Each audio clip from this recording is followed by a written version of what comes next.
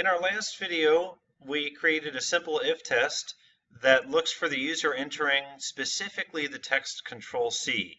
And if the user types the text Control-C into our hint field, it's going to show a notice that's a common shortcut. But Control-C has to look exactly like this. The other trick is it shows the saved message all the time, whether you entered Control-C or not. Now, one Android quality guideline is that we should not overload the user with notifications. Now, I'm paraphrasing there, but that's the idea. So why don't we have it so that we show that's a common shortcut only if the user enters Control-C, and we show saved for every other circumstance where the user enters something that is not Control-C, in other words. It's a little tricky here because if you go to Control, there is an if then else, but it has this little puzzle piece guy, and that won't fit in the sequential structure that we have here. The only one that fits in the sequential structure is if then. How do you add an else part? Well, you have to click on this little gear, and then you take the else and you drop it right there. And as soon as you do that, you get another little cavity here, another little dimple, which is the else part. Now I'm going to take this show alert, and I'm going to drop them right up in the else part. These two sets, I'm going to put them back to where they were before. So you see what we have here is a structure where we're doing a test. If that test passes, if it contains Control-C, we show one thing. If it does not pass, if the user did not enter Control-C, we show something different. So with this, let me go ahead and redeploy, and let's try it out. And the emulator's loaded, so I'm going to type in Control-C. Notice, by the way, that the screen is currently white. As soon as I hit Add Shortcut, it's going to add the item to the list. It's going to run our if test and only show that's a common shortcut, not show saved. And then this is what I want to point out. It changes the background color of the screen to green. Think about that for usability, honestly. In my own app, in plantplaces.com mobile, I initially had it pop up save all the time. And one trick is, again, you shouldn't clutter the user's view. The other thing is, it's honestly hard to see a notification sometimes, especially the way I use my app, where I'm usually in a kind of sunny area. Something subtle like changing the color of the screen for just an instant, a lot of times that's a good way to express something like this has been saved. It's quick, and because the screen is so big, it's easy to see at a moment's notice. In any case, add shortcut, let's make sure that we only see the message that is a common shortcut. That's a common shortcut. Good. Now let's try another one. Let's put in Control-V, add shortcut, and now it should only show saved. Saved. Because you see that failed our if test, not necessarily failed it, but it returned false. If it returns false, we go to the else part. If it returns true, we go to the then part. Okay, good enough. Really though, Control-C and Control-V kind of come in a pair. It's kind of worthwhile to see, did the user enter Control-C or did the user enter Control-V? Either of those will work.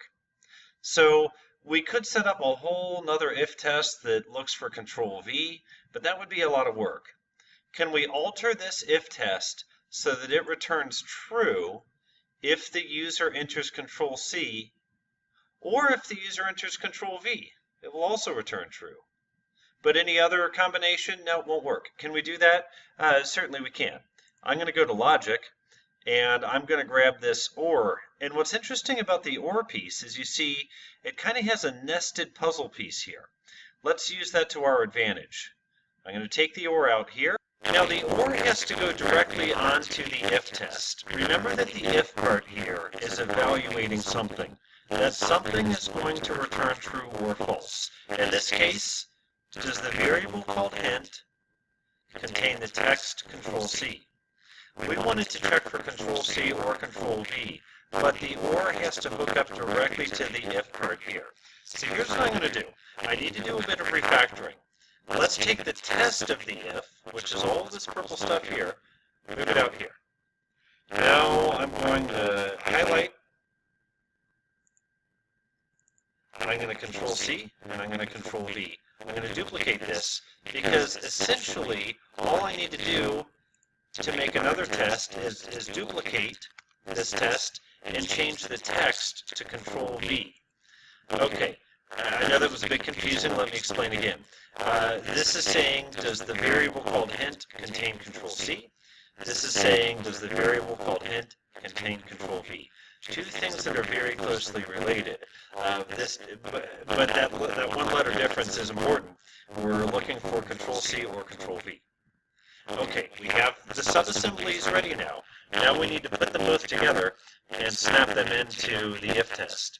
So let's take this first puzzle piece, snap it right at the start of the OR, okay? And now let's take the second puzzle piece, or what's called a puzzle subassembly, and snap it after the OR.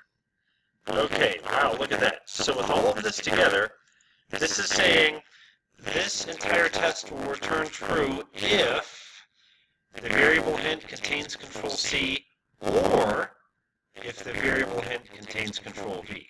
So that's how we test for one of two possible scenarios. Now let's take this entire chunk and put him up here in the if. Okay, there we go. So again, a lot of nesting, and I probably want to do a little movement here, move some things around. But we finally have what we want. The if test will return true if hint contains Control C or Control V. Then we're going to show that's a common shortcut. If it does not contain Control C or Control V, then we're going to go to saved. And I stress or. If this were and, the hint would actually have to contain both Control C and Control V to return true and go to the then part. But let's assume that the user is only going to give us one shortcut at a time. Let's go ahead and make it or. Or is a little bit safer. There are a lot of times we want to use and. This is a time when we want to use or. So, deep breath. Let's go ahead and redeploy, and we'll see how it works. The emulator is loaded, so let's go ahead and say Control C. Add shortcut, we should see that's common. That's a common shortcut, okay. Control V.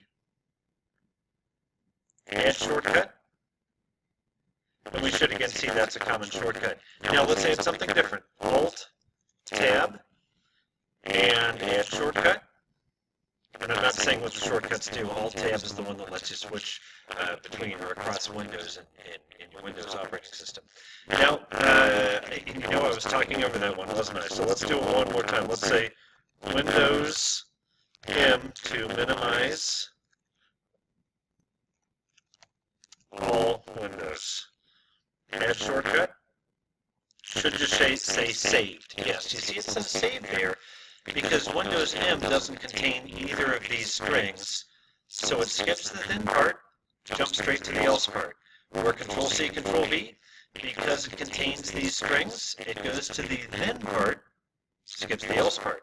So the application is working as we had hoped, and just to make sure that it still works as it has in all of our videos, I'm going to hit Show All Shortcuts, and we'll see it will iterate Control C, and then Control V, and it's going to iterate over all of the shortcuts that I entered. Alt-Tab, and then finally the Windows M.